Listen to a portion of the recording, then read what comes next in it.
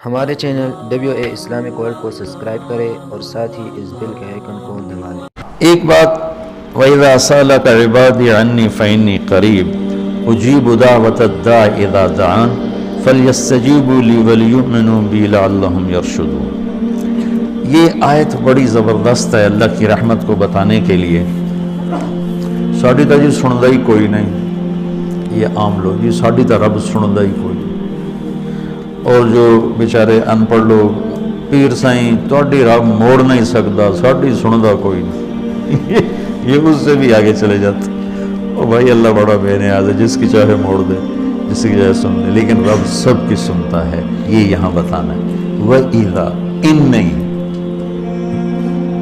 ان شرط ہے اور اذا ظرفیت ہے، تو ان کی بجائے اذا سے ایک دم اللہ کی رحمت کا دروازہ کھلتا ہوا نظر آتا ہے۔ اذا سألک، عنی پہلے ہونا چاہیے، عبادی بعد میں ہونا چاہیے۔ جب میرے بارے میں میرے بندے پوچھیں، اللہ کو صحابہ نے سوال کیا، یسألونک یسألونک یسألونک، کتنا قرآن میں ہے، یسألونک عن المحیض قل هو اذی، یسألونک عن الانفال قل الانفال للہ والرسول، یسألونک عن الاہلہ قل ہی مواقیت للناس، یسألونک عن الیتامی قل اصلاح لہم۔ جتنے بھی صحابہ نے سوال کیے وہ آئے ہیں یسألونک، یہ آپ سے پوچھتے ہیں، ٹھیک ہو؟ تو یا حبیبی یا محمد قل، آپ کہیے، یہ جواب ہے۔ یہ سارے قرآن میں طرز ہے، 14 کے 18 دفعہ یسألونک لفظ آیا۔ صحابہ نے سوال کیا، اللہ کدھر ہے؟ قریب ہے تو مناجات کریں، دور ہے تو زور سے پکاریں۔ تو اس پر آیت یوں اترنی چاہیے تھی، یسألونک عنی، جیسے باقی آ رہا ہے سارے سوالوں کا جو لفظ آیا ہے یسألون، آپ سے پوچھتے ہیں، تو یہاں بھی ہونا چاہیے تھا آپ سے پوچھتے ہیں عنی، میرے بارے میں، قل، تو آپ کہیے ہوا قریب، کہ وہ تمہارے قریب ہے۔ یہ میری بات سمجھ میں آئی؟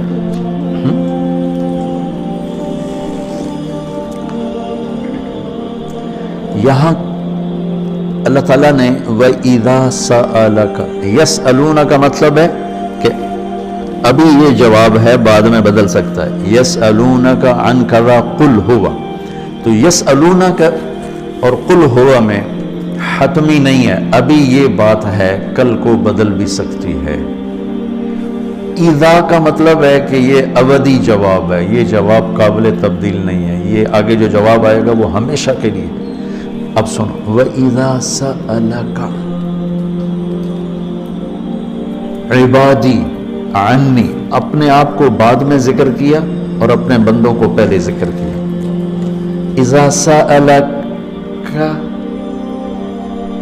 الناس المؤمنون، یہ آ سکتا ہے نا، العباد، اذا سألک العباد، کیا کہا؟ عبادی، اللہ کو یہ سوال اتنا پسند آیا، اللہ کہ تم تو ہو ہی میرے بندے، میرے بارے میں اپنے آپ کو بعد میں ذکر کیا اور عبادی کو پہلے ذکر کیا۔ اب میں ایک مثال دیتا ہوں آگے، جو فإنی قریب، میں پوچھتا ہوں مولی شاہ صاحب سے کہ مولی عدنان کدھر ہیں، تو مولی شاہ صاحب کے ذمہ ہے جواب دینا کہ جی یہ بیٹھے ہیں، ٹھیک ہے نا؟ میں پوچھتا ہوں مولی شاہد، مولی عدنان کدھر ہیں، تو مولی شاہد کے جواب دینے سے پہلے مولی عدنان کہ جی میں ہوں، کوئی فرق ہوگا؟ مجھے سمجھ میں نہیں آ رہا، شیخ رمزی واضح کرے تو کرے، مجھے سمجھ میں نہیں آ رہا کہ میں اس کو واضح کیسے کروں کہ اللہ کے نبی سے صحابہ پوچھ رہے ہیں رب کے بارے میں بتائیں، تو اللہ تعالیٰ اس کو یوں لا کر کہتا ہے کہ یہ آپ سے میرے بارے میں پوچھیں، تو میرے نبی آپ ہٹ جائیں، میں جواب دیتا ہوں، میں ہوں، تمہارے ساتھ ہوں، تمہارے پاس ہوں، شہرک سے زیادہ قریب ہوں، تمہارے ساتھ ہوں۔ تو کیسے کہتے ہو کہ میں تمہاری سنتا نہیں؟ اجیب دعوت الداع، دعا، بار بار پکارنا، اور دعوتاً ایک دفعہ پکارنا۔ اللہ اس آیت میں کہہ رہا ہے کہ جو زندگی میں جس نے مجھے کبھی ایک دفعہ بھی پکارا ہو، میں اس کی دعا پر بھی لبیک کہتا ہوں۔ یہ نہیں کہ میں سنتا ہوں تم سنانے والے بنو، ہم تو مائل بکرم ہیں کوئی سائل ہی نہیں، راہ دکھلائیں کسے راہ رو منزل ہی نہیں، کوئی مانگنے والے تو بنو۔ اور میں قربان جاؤں، اس نے مانگنے کے لیے تقوی نہیں مانگا، کتنی عجیب بات۔ اللہ کو پتہ ہے ہر آدمی تو تقوی والا نہیں ہو سکتا، نہیں، اور ہر آدمی علامہ بھی نہیں ہو سکتا، تہجد گزار بھی نہیں ہو سکتا ہے، نمازی بھی نہیں ہو سکتا ہے۔ ایک کام ہر آدمی کر سکتا، اللہ نے وہ لگا دے، مسلمان ہونا بھی نہیں لگایا۔ مسلمان ہونا ہندوؤں کو کوئی اور رب دے گا، ان کو تو اللہ ہی دے گا۔ تو میں قربان جاؤں، کہتا امن یجیب المضطر اذا دعاہ، بس مجھے آنسو بہا کے دکھا دے، پھر تو ہندو ہے، سکھ ہے، مسلم ہے، عیسائی ہے، آ جاؤں گا، آ جاؤں گا۔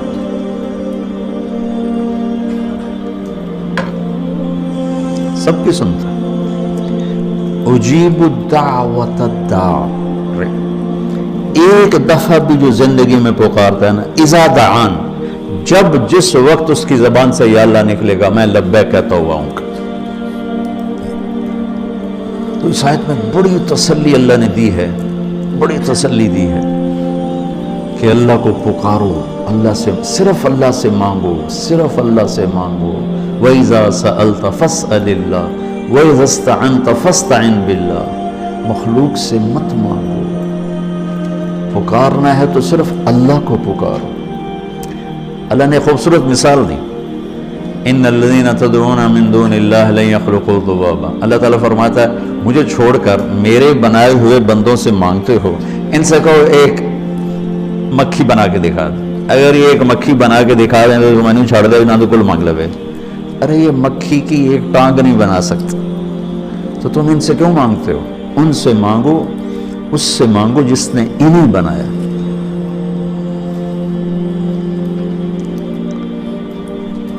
تو اس آیت میں اللہ نے بڑی تسلی دی ہے کہ تم مانگنے والے رو دھو کے میرے سامنے رونا سیکھ لو، کر دوں گا، مضطر بن کے دکھا دوں۔ جیسے ہمارے یہاں دعائیں مانگی جاتی ہیں، ہاتھ ادھر ہوتے ہیں اور گا گا کے ربنا آتنا، یہ دعا ہے؟ یہ تو دعا کا مذاق ہے، اس کو دعا کہتے ہیں۔ اور پیچھے نمازیوں کو کوئی ہوش نہیں ہوتا کہ مولوی صاحب کیا دعا مانگ رہے ہیں۔ دعا تو ایک پکار ہے، ایک فریاد ہے، عرش کو ہلا دے، اگر کوئی تڑپ کے اللہ کو دکھا دے۔